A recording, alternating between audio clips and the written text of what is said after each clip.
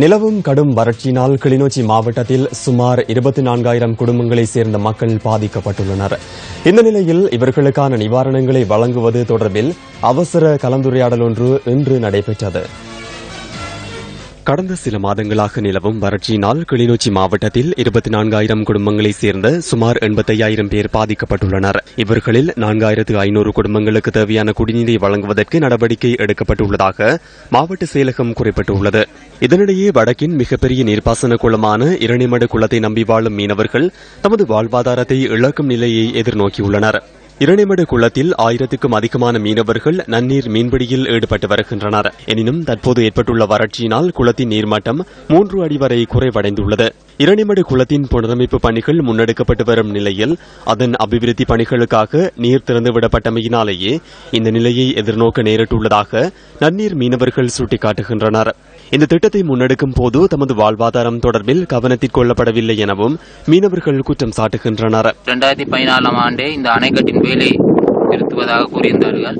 அப்பொழுது அணைக்கட்டின் நீர்மட்டம் கடைசி சென்ற மாவட்ட கூட்டத்தில் 2014 அணைக்கட்டின் நீர்மட்டமானது 7 அடி தேக்கி வைச்சிருப்பதாக கூறினார்கள்.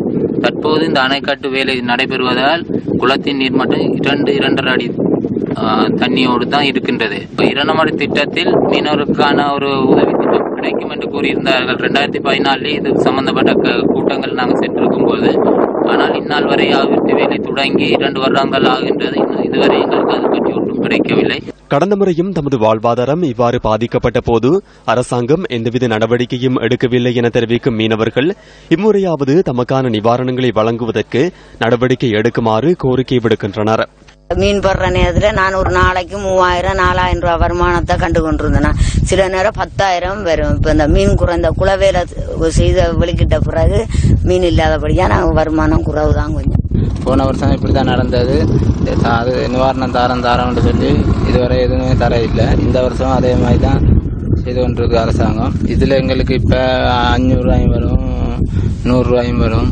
ஒரு நேரம் சாப்பிட்டு ஒரு நேரம் சாப்பிடாம தான் இருக்கிறோம். இதேவேளை கிளிநொச்சியில் நிலவும் வறட்சி குறித்து ஆராயும் அவசர கூட்டம் இன்று நடைபெற்றது. மாவட்டத்தில் குடிநீர் தட்டுப்பாடு ஏற்படாதிருப்பதற்கு மேற்கொள்ள வேண்டிய நடவடிக்கைகள் குறித்து இதன்போது விரிவாக ஆராயப்பட்டுள்ளது.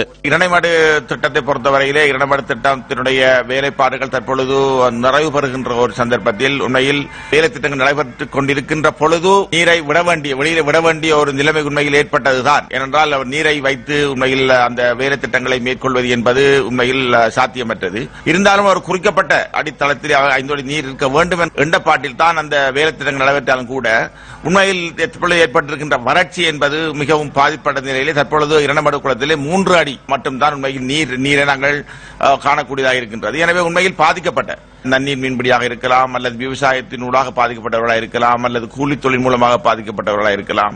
எனவே இவர்களுடைய சரியான விவரங்களை பெற்றுக் கொள்வதன் ஊடாக நாங்கள் அவர்களுக்கான ஏதோ ஒரு வகையிலே உதவி நிவாரணங்களை வழங்க வேண்டும் என்கின்ற நிலைப்பாட்டில் தான் அரசாங்கம் இருக்கின்றது. எனவே நான் நினைக்கின்றேன் இதற்கான சாத்தியப்பாடுகள் விரைவிலே ஏற்பாடு செய்யப்பட இருக்கிறது.